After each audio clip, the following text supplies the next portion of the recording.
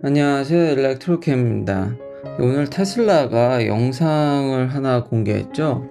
드디어 저도 예전에 뉴스로 얘기를 했는데 테슬라가 다이너를 오픈했습니다. 그러니까 다이너는 미국으로 치면 그냥 밥집입니다. 밥집. 그냥 앉아서, 그러니까 전통적인 다이너들 그냥 앉아서 먹는 저런 집들 다 다이너라고 하는데, 그러니까 보편적인 음식점이죠. 이 명칭은. 근데 이제 테슬라가 본격적으로 이런 음식 사업에도 다인 앤 차지라고 그래서 슈퍼차저가 여기에 무려 지금 이 레스토랑이 헐리우드 LA에 있는데 80개의 슈퍼차저 V4를 갖고 있다고 합니다. 그러니까 충전을 하면서 간단하게 음식을 먹고 여기를 즐기다가 이제 가는 거죠. 이런 명소를 하나 만들었는데 저도 LA에 자주 놀러 가는데 다음에 가면 꼭 들려보도록 하겠습니다. 지금은 이제 오픈빨이어서 취재진도 많고 오늘 열었기 때문에 너무 많은 사람들이 몰리니까요. 그리고 조만간 저도 뭐 LA가 워낙 관광 명소니까 갈 기회가 있으니까 그때 한번 저도 만끽해 보도록 하겠습니다. 근데 메뉴는 이미 오픈돼 있는데 햄버거가 한 13불 정도? 팁이나 텍스는 붙을 텐데 팁도 줘야 될지 궁금하긴 합니다. 서빙하시는 분이 있는 것 같아서 줘야 될 수도 있는 것 같은데 뭐 가격은 평이합니다. 근데 LA의 물가나 헐리우드 물가를 고려한다 그러면은 뭐 그렇게 비싼 것 같진 않습니다. 그리고 이런 다이너 안에 테슬라의 기술력을 확인해 볼 수도 있고, 당연히 옵티머스 로봇이 서빙을 한다든지 일부 뭐 본격적인 건 아니지만 시연 정도. 그리고 요소요소의 테슬라적인 그 맛이라고 해야 될까요? 이런 패키징도 사이버 트럭으로 햄버거 패키징을 이렇게 만든다든지, 참 테슬라의 이미지를 쇄신하는데 굉장히 노력을 하고 있고 좋은 영향을 미칠 것 같습니다. 그리고 GPT랑 이렇게 얘기를 해봐도 이게 단순한 기믹이 아니라는 거죠. 그리고 이 슈퍼차저를 런칭했을 때 많이들 이런 레스토랑과 결합되는 모습을 많이 얘기를 했는데, 몇 년 전부터 실제로 그걸 잘 이제 본격적으로 하는 음식점이나 뭐 소규모로 이렇게 약간의 시너지를 노리곤 하지만 그게 아주 더 크게 어떤 큰 임팩트를 주진 못했던 것 같습니다. 그러니까 테슬라가 이렇게 본격적으로 음식 사업에도 나서게 되는데, 좋은 문화 공간, 충전을 하면서도 즐겁게 충전을 할 수 있는, 그래서 충전의 어떤 약간 아무래도 기름차보다는 좀 느리니까요. 그런 부분을 완벽히 해소할 수 있는 문화가 되지 않을까. 그리고 앞으로도 계속 확장한다 그러는데 이런 부분의 확장이 저는 절실히 사실은 이제 더더욱이 필요해졌다고 생각이 됩니다. 그러니까 여러 가지적인 측면에서, 그러니까 이미지적인 측면이라든지 심지어는 이제 부동산, 일종의 이것도 부동산 사업이잖아요. 그 부동산을 개발해서 거기에 땅값을 올리게 되고 실제 그 부지를 갖고 건물을 올려서 개발을 한 거니깐요, 테슬라가. 그러니까 더 크게 큰 그림으로 할 수 있다라는 거죠. 근데 지금 이게 이 타이밍이 정말 전 절실한 것 같습니다. 그러니까 뒤에 얘기할, 제가 지금까지 요 며칠 동안 얘기를 했던 부분을 보충하는 면이 될 것 같은데요. 지금 텍스 크레딧이 날아가지 않습니까? 그 부분을 만회하기 위해서라도 요 부분은 좀 이제 필요하겠다. 이런 정말 문화적인 거를 다가가서 더더욱이 이 전기차 판매 확충 및 이익에 대한 제고 이런 것들이 필요하지 않을까. 워낙 그게 타격이 크기 때문에요. 그걸 넘어가기 전에 앞서서 지난 영상에서 제가 인산철 배터리가 이러다 다 해먹는 거 아니냐, 좋은 의견들 많이 감사합니다. 제가 영상 초반에도 얘기했지만 6인승은 약간의 인제 사심인 거죠.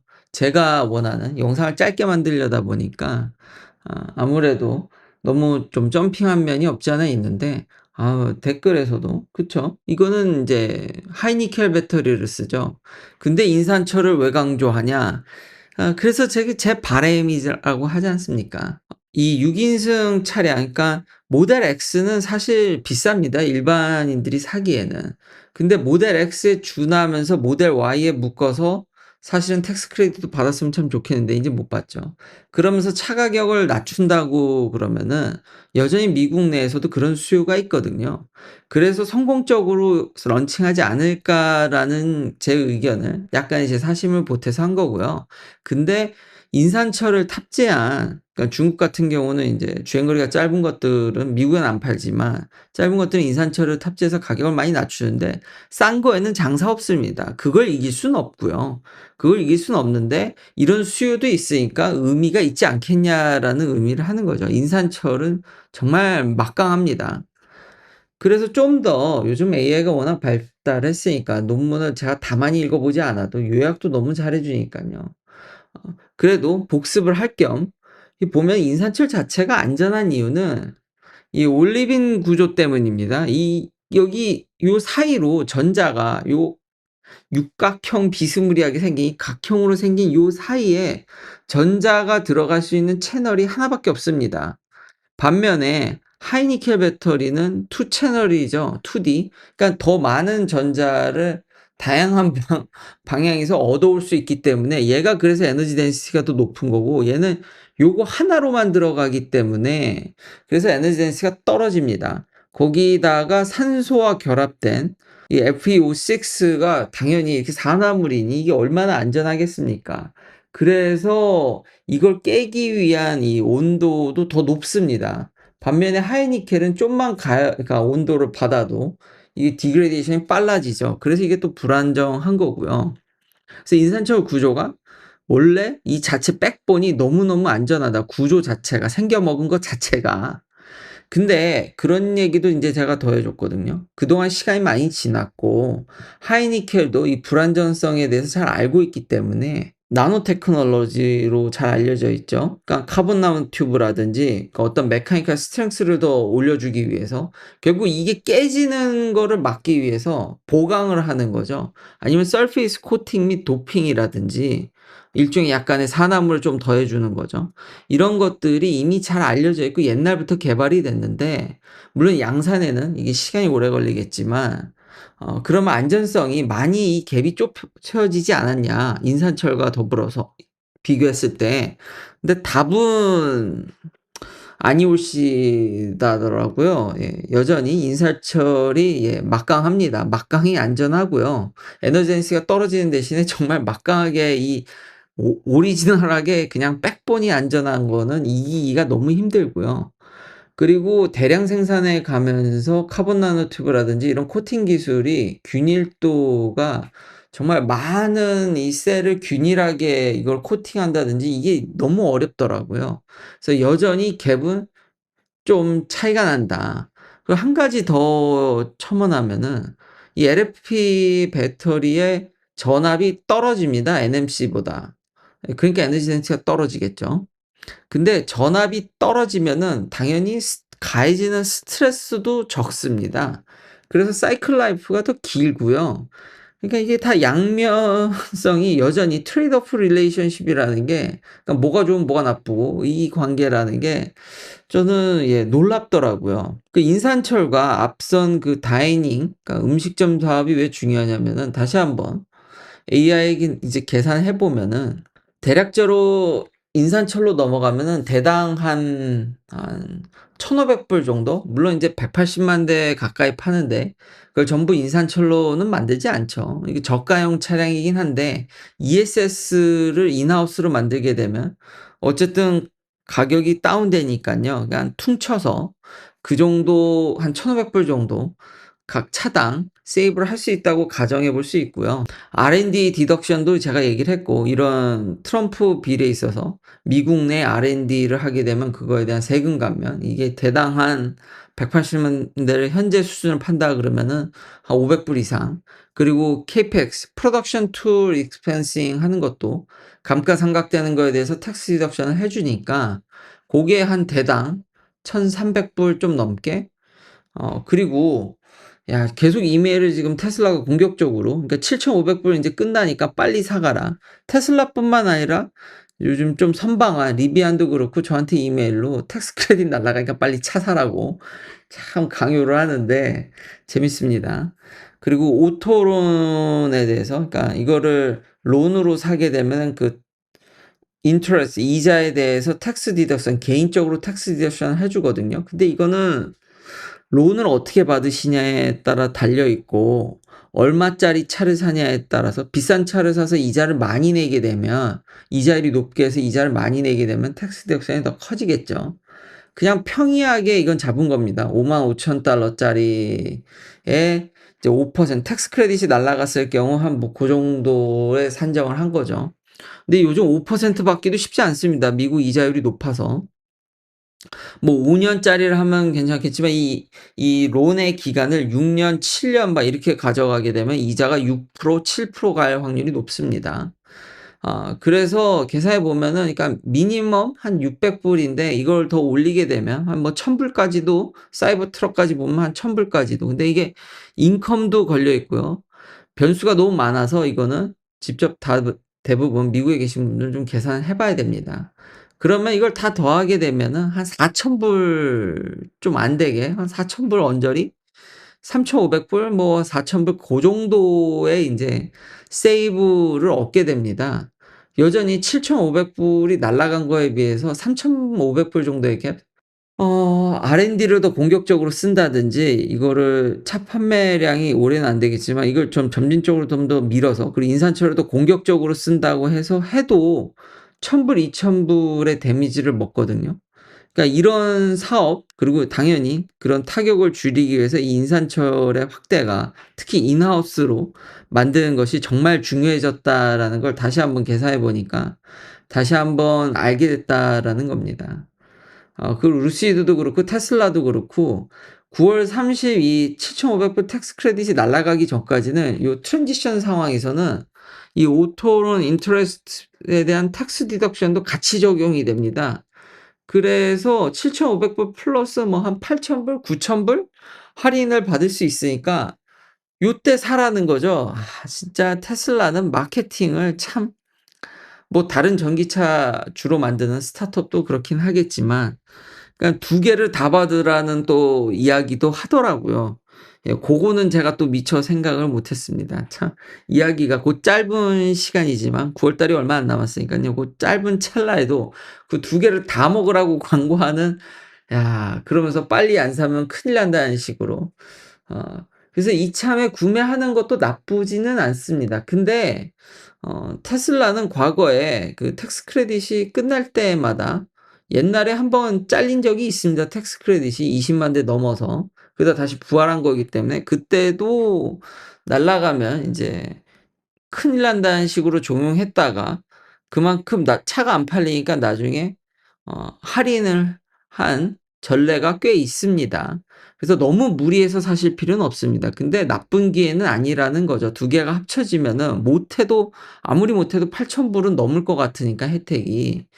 '나쁜 기회는 아니다.' 정도로 정리할 수 있을 것 같습니다. 자 결국 이 LFP가 진짜 인제 키 플레이어가 이제는 진짜 가격을 낮춰야 되는 압박이 지금 너무 크기 때문에 테슬라한테도 너무 중요해졌고 실제로 공장을 지금 가동을 코앞에 두고 있죠. 그러니깐요. 이런 구조를 정말 얼마나 이 크리스탈 스트럭처를 잘 만드냐가 NMC에만 하이니켈에만 해당되는 게 아니라 그 기술이 고스란히 인산철에도 적용이 되기 때문에 얘도 너무 안전해졌어요 너무 생각보다 다시 보니까. 그래서 위력이 여전하고 거기다가 인제 망간을 좀 섞으면은 에너지 덴시티가 좀 오릅니다. 이거 중국 친구들도 하고 있고요. 한국도 하고 있죠. 그래서 LFP를 개선해 가지고 에너지 덴시티를 더 올리는. 그러면은 사실 근데 얘가 그 케미컬 크리스털 스트럭처에 스트레스를 좀 주게 되고요.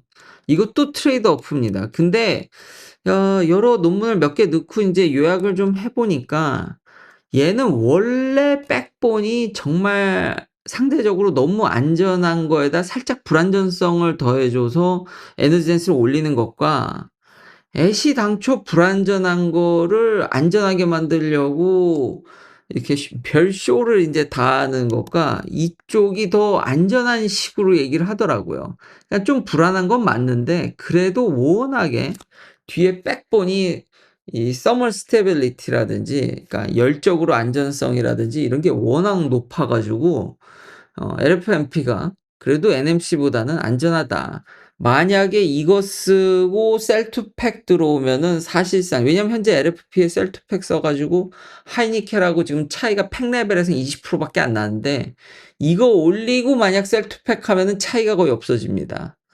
망간도 흔하고 뭐 인산철도 흔한 물질이기 때문에 비싼 니켈이라든지 뭐 코발트를 안 쓰고 팩 레벨에서는 와 이거 그러니까 정말 인산철 천국인, 그리고 워낙 인프라가 중국을 필두로 이게 잘 돼 있어 가지고 제가 지난 영상에도 얘기했듯이 소디움 배터리가 이게 들어갈 자리가 CATL이 시도는 하고 뭐 여러 가지 시제품이 좀씩 시도는 하는데 이 인산철이 너무 자리를 잘 잡고 이런 한번 구축된 인프라를 뒤집어 엎기란 진짜 이게 쉽지가 않아서 야 이게 다시 한번 무섭다. 더 나아가서 인산철은 이렇게 안전하기 때문에 한 셀의 크기를 더 크게 만들 수가 있습니다. 이미 일론 머스크도 얘기했죠. 하이니켈에선 4680이 사실상 거의 끝판왕이고 더 이상 키우기가 어렵다라는 거죠. 더 키우기 위해서 4680까지 오기 위해서 이 일렉트로드 위에 아주 그냥 이게 완 찌부시켰잖아요. 완전히 그냥 크러쉬 시켰잖아요.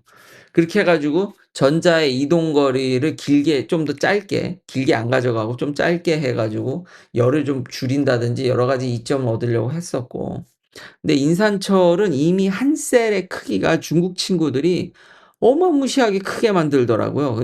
일론 머스크도 각형은 충분하다고 얘기했는데 그 각형의 사이즈도 더 크게 만들고 있더라고요.